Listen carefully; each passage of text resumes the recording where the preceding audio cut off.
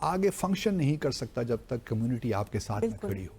پھر وہاں ہماری 4 کانسلیٹس بھی ہیں. کانسلیٹس جنرل ہیوسٹن میں ہے, شکاگو میں ہے, لاس اینجلس میں ہے اور نیو یارک میں ہے.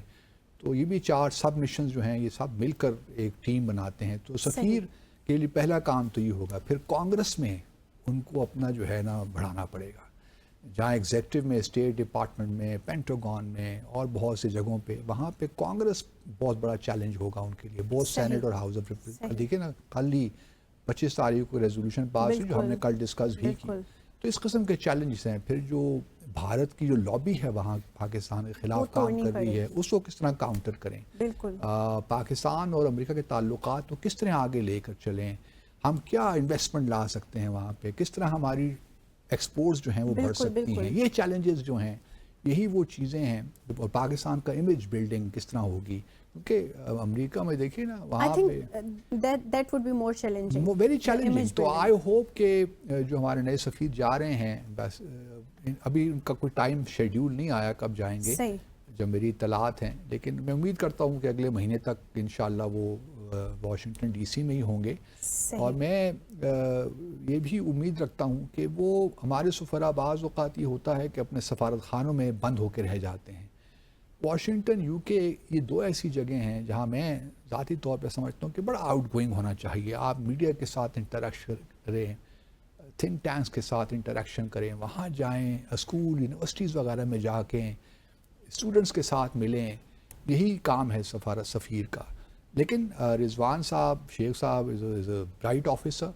انہوں نے OIC میں بھی کام کیا ہے, جنیوا میں بھی رہے ہیں, واشنگٹن میں پہلے بھی اس کام کر چکے ہیں. تو تجربہ بہت ہے. تو لیٹس ہوپ کہ during his stint Pakistan US relations which are full of challenges, اس میں کوئی شک نہیں ہے, لیکن لیٹس ہوپ کہ he would leave a legacy جس میں ہمیں یہ نظر آئے گا کہ he was able to make a difference. ہم یہ نہیں کہتے کہ چیزیں بہت ٹھیک ہو جائیں گی. Let's wait for that difference. 2-3 سال کا عرصہ ہوتا ہے, 2 سال کا بڑا کم عرصہ ہوتا ہے, but in any case we hope کہ جو بلڈنگ بلاکس ہوتے ہیں یہ چیزوں کو آگے لے کر جائیں گے. جس میں ہمیشہ کہتا ہوں کہ سفارتکاری کوئی ایونٹ نہیں ہے, ایک پروسیس ہے. تو اس پروسیس میں کس طرح اس کو آگے, تو اس کو کس طرح یہ آگے لے کر جاتے ہیں, بس یہ ہے, یہ اصل معاملہ ہے. Coming back to the Operation Azmi Istehkam. اچھا, اس میں دیکھیے اب آپ کوئی شاید کلپ سنانا بھی چاہ رہی تھی ہمیں. افغانستان سے ہماری سرزمین پہ دہشت گردی ایکسپورٹ ہو رہی ہے. ہمسایہ کی سرزمین پاکستان میں خون ریزی کے لیے, دہشت گردی کے لیے استعمال ہو رہی ہے. ہمیں یہ حق پہنچتا ہے کہ جہاں پہ ہمارے دشمن پناہ گاہیں بنا کے بیٹھے ہوں, ہم اندر جا کے پناہ گاہ کو, ہمارے بھائی ہمارے ہمسائے اس کو تباہ نہیں کر سکتے. تو کم از کم ہمارے حفاظت کے لیے, اپنی عوام کی حفاظت کے لیے ہمیں یہ حق پہنچتا ہے ہم ریٹیلیٹ کریں, موضوع کے اوپر سیاست نہ کریں. یہ دہشت گردوں کے ساتھ کھڑا ہونا چاہتے ہیں تو پھر ان کی مرضی ہے, پھر تو ہم یہی کہیں گے یہ لوگ ہیں دہشت گردی کے پیچھے. طالبان کے ساتھ ان کے روابط ہیں, ان کو عہدے یہ آفر کرتے رہے. یہ جو خواجہ آصف ڈیفنس منسٹر نے سٹیٹمنٹ دی ہے افغانستان کے لیے کہ وہ وہاں جا کے سٹرائک کریں گے, پارلیمان میں ہماری بات بیچ کی جاتی ہے یا ہمیں فلور نہیں دیا جاتا. یہ بڑی سینسیٹیو بات ہے, یہ سوچنے سمجھنے کی ضرورت ہے کہ کیا ایک ہی سٹیٹمنٹ کے ساتھ ڈیفنس منسٹر نے PDM کا ایجنڈا ہے, کیا انہوں نے انڈیا کو دوست قرار دے دیا ہے, کیا انہوں نے افغانستان کو دشمن قرار دے دیا. چلیے اب دیکھیے جو عزم استحکام آپریشن ہے, میرے خیال میں تو اس کے بارے میں کوئی تھنک تھرو نہیں کیا گیا, جو مجھے لگتا ہے, آئی مے بی رانگ. اس سے پہلے ضرب عزم آپریشن ہوا, رد الفساد ہوا, راہ نجات آپریشن ہوا, اور کتنے آپریشنز ہوئے. 2014 کے بعد اگر آپ کو یاد ہو تو 20 نکاتی ایک ایجنڈا آل پارٹی کانفرنس ہوئی تھی APS کے واقعے کے بعد. بالکل وہ پھر کہاں گیا ہمیں تو پتہ نہیں, کیونکہ ضرب عزم آپریشن تو بہت کامیاب تھا, اس میں کوئی شک نہیں ہے. لیکن پھر رد الفساد آپریشن ہوا تو کہا گیا کہ اب ہم جو گین ہم نے کیا ہے ضرب عزم آپریشن, اب اس کو ہم کنسالیڈیٹ کریں گے ان گینز کو. لیکن وہ نیشنل ایکشن پلان کہیں غائب ہو گیا, پھر اس کو تبدیل بھی کیا گیا 2021 میں. لیکن اس نئے آپریشن پہ آبویسلی بہت سے لوگوں کو خدشہ, ان کے تحفظات ہیں, اور یہ تحفظات جائز بھی ہیں. اس کی بنیادی وجہ یہ ہے کہ کوئی کلیئرٹی نہیں ہے کہ کس طرح. ایک منسٹر کہتا ہے کہ کائنیٹک ایک پارٹ ہوگا دوسرا منسٹر کہتا ہے کہ کائنیٹک پہ اتنا زور نہیں ہے اور چیزوں پہ زور ہوگا. پھر خواجہ آصف صاحب نے کہہ دیا کہ جی افغانستان پہ بھی ہم حملہ کر سکتے ہیں. وہ بابا یہ باتیں کرنے کی نہیں ہوتی. افغانستان کو آپ نے تعلقات اتنا کو سافٹ ٹارگٹ ہم نے کیوں سمجھا ہوا ہے پتہ نہیں افغانستان کیوں ہمارے ذہنوں میں ہم نے افغانستان کو بھارت کی طرح ٹریٹ کرنا شروع کر دیا somehow. We are thinking like we are United States اور جو افغانستان بھی ہے اس کے بھی جو گراؤنڈ ریالٹیز ہیں وہ ویسے ہی یہ ہیں. کانڈیسینڈنگ ایٹیچیوڈ ہے ہمارا کسی نہ کسی حد تک, ایک پیٹرنائزنگ, کیونکہ ہم سمجھتے ہیں کہ ہمارا چھوٹا بھائی ہے نا. ہم نے ان کو سپورٹ کیا تھا سوویٹ آکوپیشن میں جب ہوا تو ہماری سپورٹ سے ان کو یہ جیت ملی. پھر اس کے بعد بھی ہم ان کو سپورٹ کرتے رہے. لیکن ہمیں یہ بھی نہیں بھولنا چاہیے کہ ہم نے افغان مہاجرین کو بھی واپسی کا جو ان کا عمل ہے اس کے پروسیس میں ہے. لیکن وہ بھی یہ کہنا کہ ہم نے ان کو دیا, یہاں افغان مہاجرین کو ہم نے رکھا. اس کے علاوہ مطلب آپ پھر جو یہ بھی ہمارے ذہنوں میں کہیں ہوتا ہے کہ جی یہ ٹرانزٹ لینڈ لاک کنٹری ہیں تو ہم پہ ڈیپینڈنٹ ہیں ٹرانزٹ ٹریڈ کے لیے. تو ہمارا ایک پیٹرنائزنگ سا ایٹیچیوڈ ہے. تو اس سے بھی پہلے جان چھڑائیے. ایک میں پہلے بھی کہتا رہا ہوں کہ بعض اوقات بہتر ہوتا ہے کہ آپ اسٹیٹمنٹ نہ دیں, خاموشی کے ساتھ اپنا کام کریں. اگر آپ نے لیٹ سے دیکھیں جس طریقے سے خواجہ آصف صاحب نے کچھ اور منسٹرز نے کہا کہ جی وہ اس لیے ہمیں شاید آپریشنز کرنا پڑے کیونکہ وہاں سے ٹیررزم آ رہا ہے اور یہ ہمارا لیجیٹیمیٹ رائٹ ہے کہ ہم ان کو ٹارگٹ کریں اگر افغانستان کی حکومت خود یہ کام نہیں کرتی. یہی آرگومنٹ بھارت بھی لیتا ہے آپ کے لیے کہ جی چونکہ پاکستان انکریج کر رہا ہے بقول ان کے دہشت گردی کو تو ہمارا بھی حق ہے کہ ہم سرجیکل اسٹرائکس کریں, ہم بھی بالا کوٹ میں آئیں. تو یہ تو پھر کہیں ختم نہ ہونے والی بات ہے نا. یہ تو ہر ملک اپنے طور پہ ڈیفائن کر لے کہ کیا ٹیررزم ہے. میں نہیں کہتا, میں قطعاً اور ہمیشہ میں کہتا رہا ہوں کہ میں ٹی ٹی پی کے ساتھ مذاکرات کے سخت خلاف ہوں. دہشت گردوں کے ساتھ مذاکرات نہیں ہو سکتے, صحیح پیریڈ. لیکن کوشچن یہ ہے کہ آپ نے جو نیشنل ایکشن پلان بنایا ہے 2014 میں, کیا اس پہ ایکشن کوئی امپلیمنٹ ہوا ہے؟ مطلب آپ نے ایک پورا نیشنل کیا کہتے ہیں اس کو ٹیررزم ایک action anti terror counter terrorism authority آپ نے ایک بنائی, اس کو آپ نے وہ مینڈیٹ دیا, اس نے آپ کو اس کو مضبوط کیا کہ وہ دیکھیں باسط صاحب اس کو ہم لنک کر سکتے ہیں نا کہ وہی ہمارا مائنڈ سیٹ ہے کہ اب نئی گورنمنٹ ہے, ان کی نیو پالیسیز ہیں, سو ہم بڑی نئی چیزیں جو ہیں وہ انٹروڈیوس کرانے جا رہے ہیں. نیو پالیسیز ہیں کہ ہم جا کے اٹیک کر دیں گے, آپریشن عزم استحکام سٹارٹ کر لیں گے. مائی کوسچن از کہ کیا ہماری جو اکنامک کنڈیشن ہے یہ ہمیں اس چیز کی اجازت دیتی ہے, اور جو انٹرنل پولیٹیکل اسٹیبلٹی ہے ہماری کنٹری کی, یہ دو فیکٹرز ہیں, ان کے ہوتے ہوئے کیا ہم اس پوزیشن میں ہیں؟ آپ نے بالکل صحیح فرمایا. ہماری اکنامک سچویشن ہی ایسی نہیں ہے کہ ہم اس وقت اس قسم کے اتنے ایگزابیٹنٹلی ایکسپینسو آپریشنز کریں اور پھر صورتحال کو پاکستان میں مزید خراب کریں.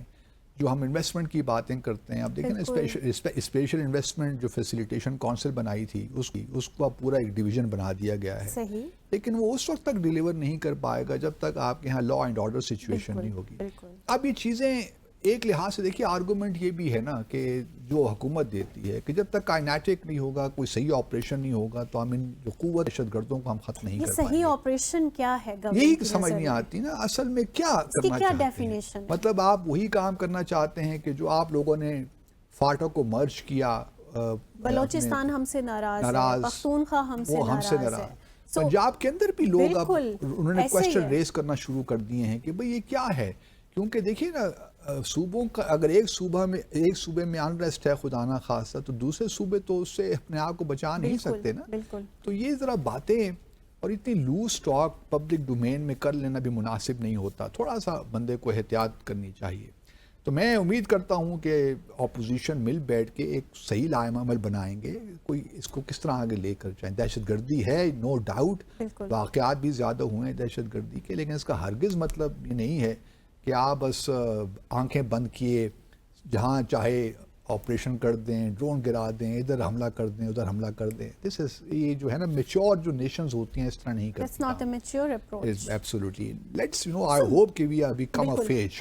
بس صاحب آپ نے کہا کہ مل بیٹھے ہیں, کوئی ایسی سچویشن دیکھ رہے ہیں ان سب کے مل بیٹھے؟ دیکھ تو نہیں رہا, کیونکہ اس بیان کے بعد تو وزیر دفاع ہیں پاکستان کے, ایک اسٹیٹس ہوتا ہے ان کے بارے میں یہ اسٹیٹمنٹ ہماری اپنی کنٹری سے مختلف رہنما دے رہے ہیں کہ ہی از ناٹ مینٹلی اسٹیبل. وہی پرابلم بس یہی ہے نا کہ کس طرح بیٹھا جائے، اصل چیز یہی ہے.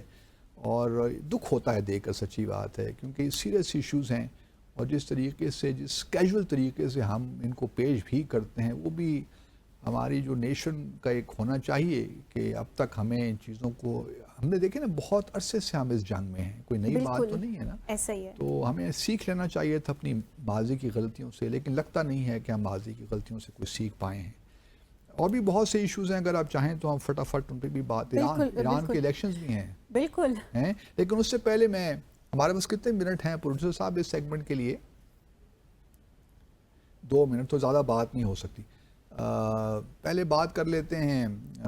ایک تو FATF کا معاملہ ہوا ہے، اس کی اپنا پلینری میٹنگ ہوئی ہے سنگاپور میں صحیح 23-28 جون کو FATF کی. کوئی خوشخبری ہے ہمارے لیے؟ خوش نہیں، ہمارے لیے خوشخبری یہ ہے کہ ہم اس وقت ہم گرے لسٹ میں کم از کم نہیں ہیں، اور نہ کوئی ایسی پاسبلٹی اللہ کا بڑا کرم ہے. لیکن ایک تھا کہ انڈیا واز جو ہے میوچل، ان کا ایک ایویلیویشن چل رہی تھی، اور بڑے سخت لوگوں کو تھا کہ بھئی جس قسم کی بھارت کی پالیسیز ہیں، جو باہر وہ لوگوں کو اپنے قتل کروا رہے ہیں، وہ نجر ہو گیا یا پنن ہو گیا، یا پاکستان میں بھی یہاں پہ انہوں نے تو کافی وہ منی لانڈرنگ میں بھی انوالوڈ ہیں، اور ٹیرر فائنینسنگ میں بھی انوالوڈ ہیں. تو تھا یہی کہ جی اس دفعہ بھارت کو بھی گرے لسٹ میں ہونا چاہیے. لیکن چونکہ بھارت ایشیا پیسیفک گروپ جو ہے اس کا کو چیئر بھی ہے، تو بڑے طریقے سے نکل گیا.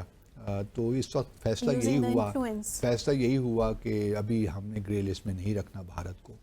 دوسری طرف ایک اور ہمارے چونکہ دوست ملک ہے ترکیے، ان کو بھی گرے لسٹ سے نکال دیا گیا ہے اس پلینری میں، اور ساتھ ایک اور ملک ہے جمیکا، ان کو بھی نکال دیا گیا ہے. تو یہ بات ہے. باقی اگر وقت ملا تو ایران کے انتخابات کے متعلق بھی بات کریں گے اگلے سیگمنٹ میں. بریک کے بعد واپس آتے ہیں، پھر دیکھتے ہیں کہ کیا ڈسکس کرتے ہیں. ناظرین یہاں لیں گے مختصر سا وقفہ. Stay with us. Welcome back after the break. اور اب کچھ بات کریں گے UK الیکشنز کے حوالے سے، جو کہ 4 جولائی کو منعقد ہونے جا رہے ہیں. اور اسی پر بات کرنے کے لیے ہمیں اسکائپ پر جوائن کریں گے UK سے پاکستانی کمیونٹی کے جانے پہچانے نام بیرسٹر محمد ذاکر خان صاحب. بیرسٹر صاحب بہت بہت شکریہ، آپ نے وقت نکالا ڈیسائفر ود عبدالباسط کے لیے. بہت بہت شکریہ جی مجھے بلانے کا، اور thank you very much for having me. جی اپنا بیرسٹر صاحب، thank you very much for appearing on decipher once again. اب انتخابات آ رہے ہیں، اور ویسے یہ بتائیے، پوچھنا تو نہیں چاہیے، لیکن آپ کس کو ووٹ دینے جا رہے ہیں اس دفعے؟ دیکھیں بڑا یہ ایک پرسنل قسم کا سوال آپ نے کیا ہے، کیونکہ اسی لیے میں نے پہلے ہی معذرت کر لیا آپ سے. میں مذاقاً کہہ رہا ہوں آپ کو. جی دیکھیں اس وقت سچویشن بڑی یہاں پہ ذرا کنفیوژن کا شکار ہے. نارملی ہوتا یہ ہے کہ لوگ ذرا ڈیسیجن لے لیتے ہیں ایزیلی کہ کس کو ووٹ دیا جائے، لیکن اب پارٹیز میں ڈفرنس جو ہے نا وہ ذرا کم ہو گیا ہے. اس لیے میں بھی ذرا تھوڑا سا کنفیوز ہوں، ابھی کلیئرلی ڈیسائیڈ نہیں کیا، لیکن لیٹس سی کیا ہوتا ہے. تو لیکن جو اوپینین پولز ہیں وہ تو بڑے واضح طور پہ یہ ہمیں بتا رہے ہیں کہ لیبر پارٹی اور sir Keir Starmer is the next prime minister.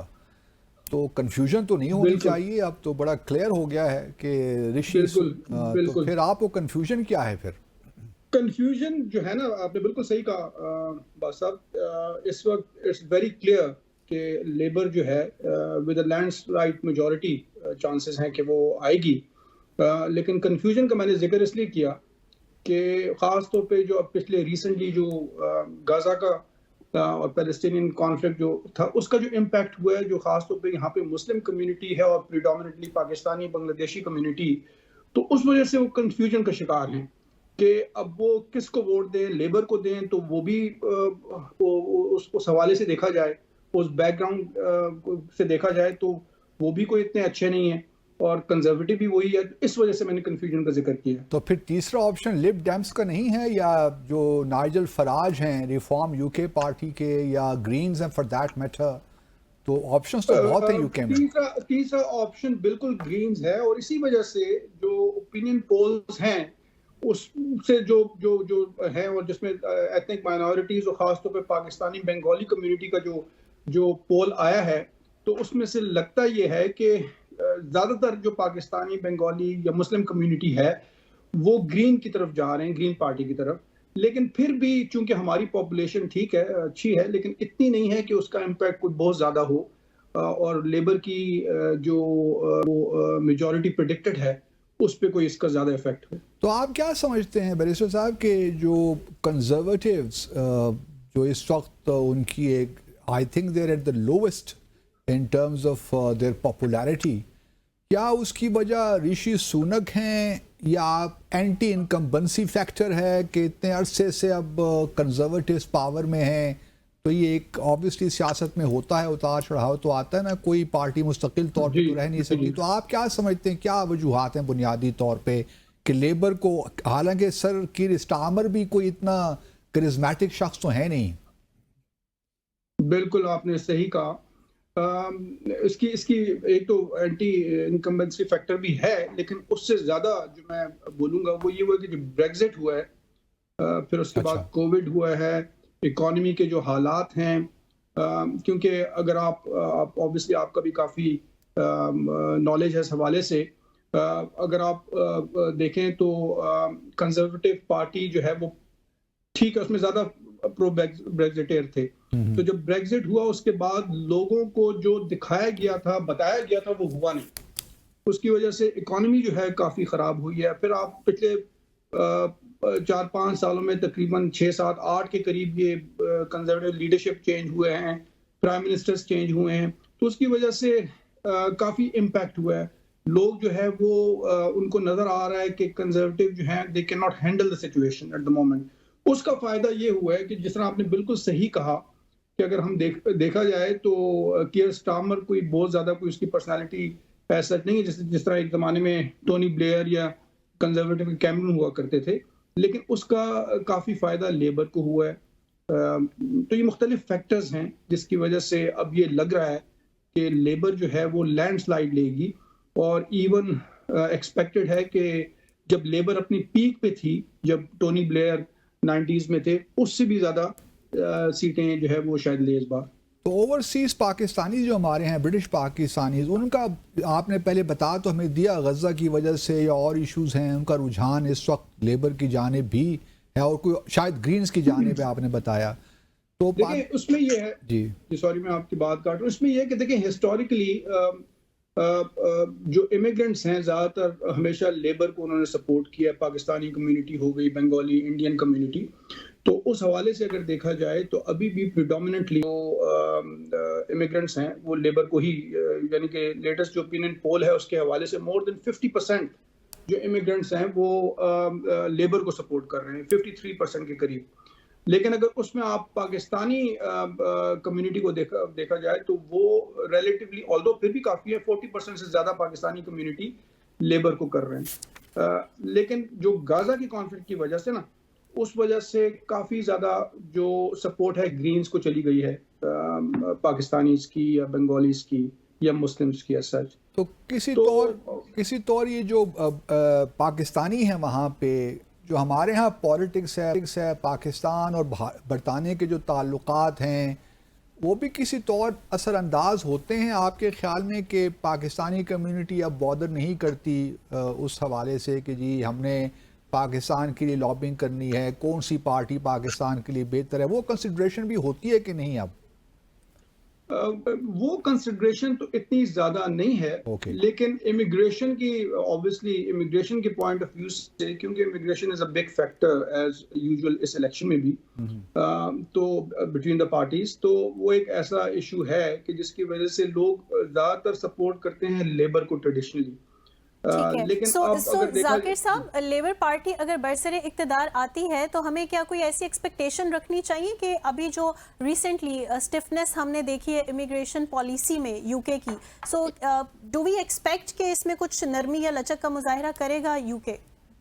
دیکھیں نہیں، انفارچونیٹلی نہیں، ایسا کوئی نہیں ہے. میں یہی کہہ رہا تھا کہ ٹریڈیشنلی لیبر کو ایتھنک مائنورٹی اسی وجہ سے سپورٹ کرتے ہیں کہ وہ امیگرینٹس کو ذرا امیگریشن پالیسیز میں ذرا فلیکسیبلٹیز لاتے ہیں, ذرا تھوڑا سا ان کو لینینٹ کر دیتے ہیں. انفارچونیٹلی اس وقت جو سچویشن ہے اس میں بوتھ کنزرویٹیوز اینڈ لیبر یہ اس چیز پہ وہ اس چیز پہ متفق ہیں کہ ہم نے امیگریشن کو کم کرنا ہے. اب ان کا طریقہ کار طریقہ کار مختلف ہے, طریقہ کار مختلف ہے. ان کو دیکھا جائے یہ بتائیے کہ جو نائجل فراج ہیں جو کہ جو یو کے ریفارم پارٹی کے لیڈر ہیں, وہ تو اینٹی امیگریشن ہیں, اور سنا دیکھنے میں یہ بھی آ رہا ہے کہ شاید ریفارم یو کے پارٹی میں emerge as a third largest party. Is that correct? Do you think so? بالکل ایسا تھا, لیکن بلکہ ہے, لیکن پھر بھی جو ابھی یہ جو آپ اوپینین پولز کی بات کر رہے ہیں, کیونکہ آبویسلی اب چونکہ الیکشنز قریب آ رہے ہیں تو وہ بڑے فریکوینٹلی اوپینین پولز بھی ہو رہے ہیں. بالکل ایسا تھا, بلکہ انفیکٹ ایک اوپینین پول میں تو کنزرویٹو سے زیادہ پرسنٹیج تھی ان کی ریفارم پارٹی کی. لیکن اب آہستہ آہستہ, خاص طور پہ پچھلے دنوں نائجل فراج نے جو ایک کامنٹ کیا کہ جس میں انہوں نے کہا کہ رشیا نے جو یوکرین میں اٹیک کیا ہے تو اس کی جو ریزن یہ ہے کہ ہم نے خود ہی اس کو انسائٹ کیا ہے, ایسی اس نے کامنٹ کیا. تو اس وجہ سے یہاں کے لوگوں میں اس کا امپیکٹ ہوا. اوپینین پولز میں اب یہی ہے کہ تھرڈ فورتھ پہ بہرحال ریفارم آ رہی ہے, لیکن جت پرسنٹیج کے حوالے سے اگر دیکھا جائے تو وہ ٹرانسلیٹ مشکل ہے کہ سیٹوں میں زیادہ ہو, وہ اس میں سیٹیں ان کو کوئی زیادہ نہیں ملنی. اچھا یہ بتائیے اپنا بیرسٹر صاحب کہ پاکستانی کمیونٹی ایک وقت تھا, آج دیکھیے نا ہمارے لنڈن میں میئر صادق خان بھی ہیں, تو کس پارٹی نے سب سے زیادہ کوئی پاکستانی امیدوار کھڑے کیے ہیں اس دفعہ؟ کچھ آپ کے علم میں ہے؟ میرے علم میں یہ تو نہیں پتا کہ کس پارٹی نے زیادہ, لیکن عام طور پہ جنرلی لیبر جو ہے وہ زیادہ ان کی طرف وہ زیادہ کھڑے کرتے ہیں. اچھا, تو کوئی آپ کو ایسے نام ہیں بہت مطلب جو جانے پہچانے لوگ ہوں جو لیبر پارٹی سے کنزرویٹو پارٹی سے کھڑے ہوئے ہوں برٹش پاکستانی؟ نہیں, مجھے ابھی اس وقت تو کوئی نہیں ہے. چلیے, نو ایشو. اچھا, تو یہ بتائیے کہ صادق خان بحیثیت لنڈن میئر کے وہ کتنا امپیکٹ ڈال سکتے ہیں ان الیکشنز میں لیبر کے حق میں؟ وہ تو خیر لیبر تو اب جیت رہی ہے ان کیس, لیکن جو پاکستانی امیدوار کھڑے ہوں گے وہ کتنا امپیکٹ ڈال سکتے ہیں؟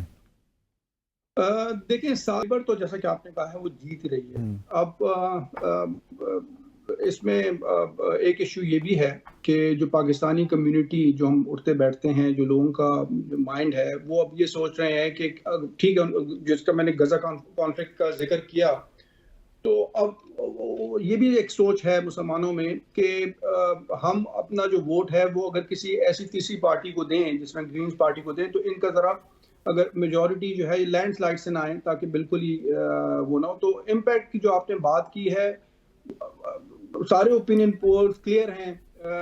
صادق خان کا میرا نہیں خیال کہ زیادہ امپیکٹ کچھ ایسا ہوگا, لیکن امیگرینٹس بیسکلی لیبر کو سپورٹ کر رہے ہیں, ہمیشہ کرتے ہیں, اور اس وقت آخری سوال ہے مختصر سا ہے, کیا اگر لیبر آ جاتی ہے تو از اٹ پاسبل کہ جو برطانیہ کا دوبارہ یورپین یونین میں شامل ہونا ممکن ہو سکتا ہے؟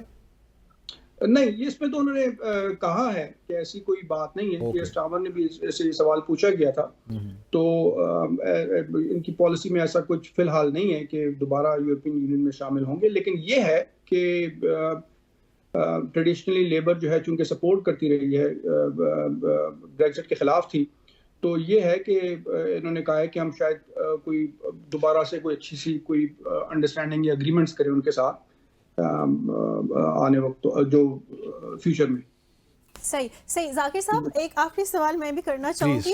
مجھے بتائیے گا کہ یہ الیکشن ہار جانے کے بعد جو کنزرویٹو پارٹی ہے وہاں پر رشی سنک صاحب کی کیا سٹینڈنگ ہونے جا رہی ہے؟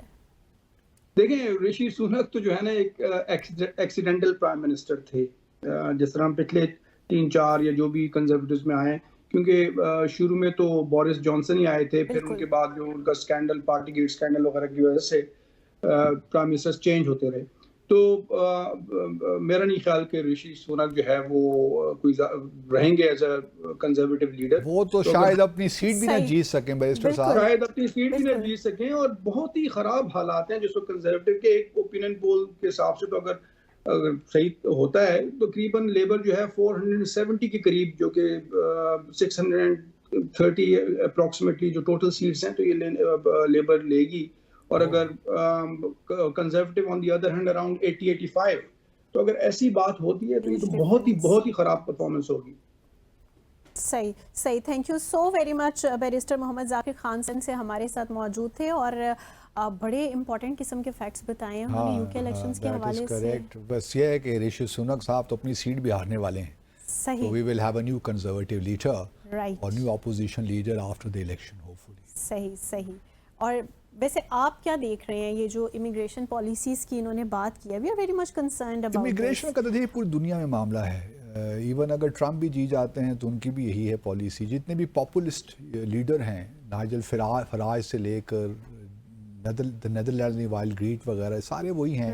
ابھی فرانس میں بھی الیکشنز ہونے جا رہے ہیں پارلیمنٹری, وہاں بھی لے پین جو ہیں وہ خاتون, وہ بھی اینٹی امیگریشن ہیں. تو یہ ایک ویسٹرن دنیا میں اب چل پڑا ہے, ٹرینڈ چل پڑا ہے. لیکن ان اینی کیس کچھ ممالک میں مثال کے طور پہ جرمنی وغیرہ میں, جہاں پہ ان کی آبادی اب آہستہ آہستہ بڑھاپے کی طرف بڑھ رہی ہے, وہاں ان کو ینگ لوگوں کی ضرورت بھی ہے باہر سے کہ وہ آ کے وہاں رہیں, کام کریں معاشرے سوسائٹی کے لیے. تو کچھ اوپننگز بھی ہیں, جاپان ہو گیا, جرمنی ہو گیا, تو ایسے ممالک بھی ہیں. صحیح. ناظرین یہاں لیں گے مختصر وقفہ, stay with us. Welcome back ناظرین, اور پروگرام میں اب حصہ بنانے جا رہے ہیں. بہت امپورٹنٹ ڈیولپمنٹ ہوئی ہے. انڈس واٹر کمیشن نے 5 سال کے عرصے کے بعد وزٹ کیا ہے جموں اور کشمیر کا. سو باسط صاحب کیا انسائٹس ہیں اس اسٹوری کی؟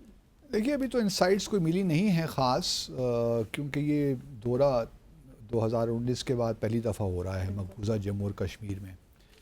اس میں 3-4 ایسے پروجیکٹس ہیں جس پہ ہماری کچھ ریزرویشنز ہیں, اور انٹرسٹنگلی اس دفعہ جو نیوٹرل ایکسپرٹس ہیں ورلڈ بینک کے, وہ بھی ساتھ ڈیلیگیشن کے جا رہے ہیں, اور آن سائٹ انسپیکشنز ہو رہی ہیں.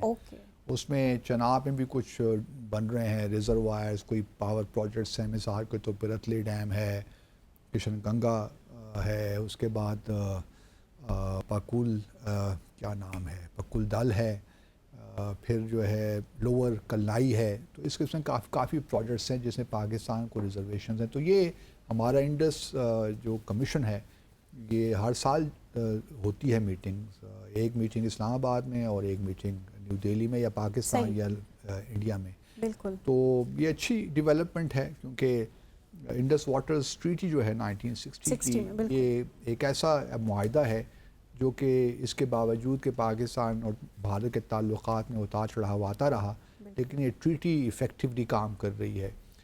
ڈسپیوٹ سیٹلمنٹ جو میکنزم اس ٹریٹی کے اندر آرٹیکل 9 کے تحت ہے, اس میں 2 طریقے ہیں. ایک تو یہ ہے کہ اگر کوئی ٹیکنیکل ڈفرینسز آ گئے ہیں تو اس کے لیے پھر technical neutral expert world bank appoint کرتا ہے, تو پھر وہ دونوں. ابھی ٹیکنیکل ایکسپرٹ آئے ہیں کیا, ہم نے ایسا کچھ فیس کیا ہے؟ نہیں, ابھی تو وہ ہے نا, وہ انسپیکشن کر رہے ہیں, واپس جائیں گے, اپنی رپورٹ سبمٹ کریں گے کہ جو پاکستان نے خدشات کا اظہار کیا وہ ٹھیک ہیں کہ نہیں. لیکن اس کے ساتھ ساتھ ایک اور پروسیس بھی چل رہا ہے, وہ کورٹ آف آربیٹریشن کا ہے. اس میں لیگل جو ایشوز ہوتے ہیں وہاں یوزلی وہاں پہ ڈسکس ہوتے ہیں, وہاں پہ سیٹل ہوتے ہیں. تو وہ بھی بنا ہوا ہے. انڈیا کو اس پہ اعتراض ہے, وہ یہ کہتے ہیں کہ جی پہلے نیوٹرل ایکسپرٹ ہونا چاہیے. اگر نیوٹرل پہلے تو بائیلیٹرلی ہمیں کرنا چاہیے, ایک ان کے خیال میں ایک گریجویٹڈ پروسیس ہے.